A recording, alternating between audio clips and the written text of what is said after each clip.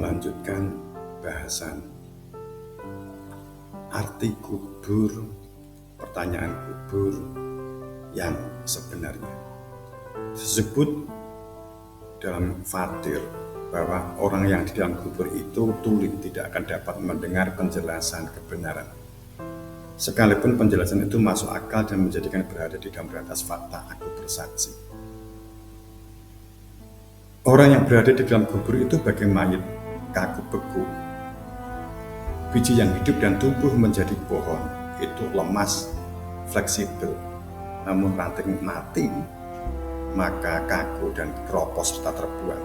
Artinya bahwa seseorang yang hidup seharusnya berpikiran terbuka, hati lapang dada, tidak menutup informasi kemungkinan untuk bertemu dengan kebenaran.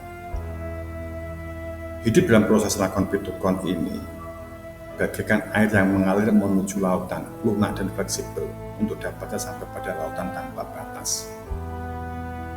Artinya bahwa bagaimana kita bergerak menuju kebenaran dan keselamatan. Perilaku tatanan kehidupan yang tidak berpecah belah, inilah inti syariat dalam kehidupan berdunia.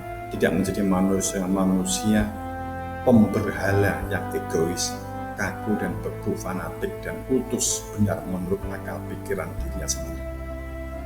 Kalau tidak tahu katakan tidak tahu, kalau tidak kenal katakan tidak kenal, maka kita akan mengalir, kita akan belajar dan kita berproses.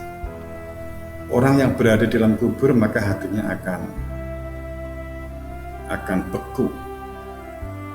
Akal pikiran dan perbuatannya dicengkeram permasalahan dunia yang tidak akan ada habisnya. Orang yang berada di dalam kubur hanya orientasi hidup lahiriah duniawi. Ukuran kebahagiaan, keselamatan, ketentraman, kedamaian diukur dari dunia dan materialnya. Demikian pula parameter kehormatan, keagungan, keluhuran, kesucian, dan kebesaran. Sehingga muncul seperti ungkapan saat ada makhluk diperintah Tuhan untuk tunduk patuh bersujud kepada Nabi Adam, untuk menerima keberadaan Nabi Adam sebagai utusan Allah. Si makhluk ini memperspektifkan seperti dirinya, bahwa dirinya ini orang agung, orang suci, bahwa dirinya adalah orang yang luhur dan terhormat, dengan mengatakan, aku lebih baik dari Adam. Aku tidak mau sujud kepada Adam sebab aku diciptakan dari api, yakni maksudnya bersandangkan ego dan keakuan nafsu. Sedang dia Adam ini dari tanah.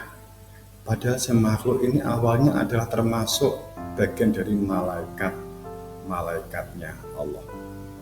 Mana kubur tersurat dalam surat Fathir 22 bahwa orang mati, yakni mati hati nuraninya, rasa hatinya tidak ada kehadiran Tuhan, tidak mengenal Tuhan, tidak ada kehadiran maka kosong. Dan orang yang hidup, rasa hati nuraninya telah ada kehadiran Tuhan sehingga berfungsi.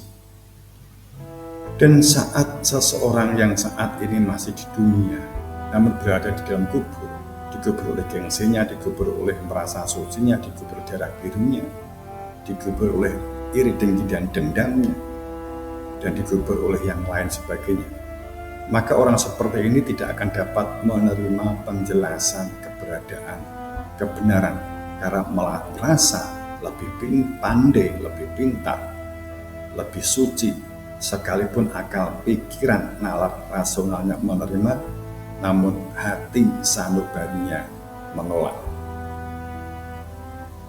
Untuk itu sedulur, bagaimana supaya kehidupan berdunia yang kita jalani supaya tidak terkubur? Sebab pertanyaan kubur, siapa namamu, apa agamamu, siapa Tuhanmu, siapa nabimu, bagaimana amal-amalmu, sungguh itu harus dapat dijawab dalam realitas kehidupan saat ini, bukan nanti saat telah menjadi mayit.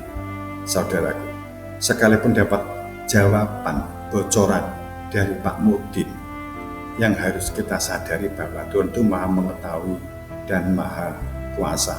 Ini pasti ada kebenarannya, ini pasti ada realitasnya, ini pasti jelas.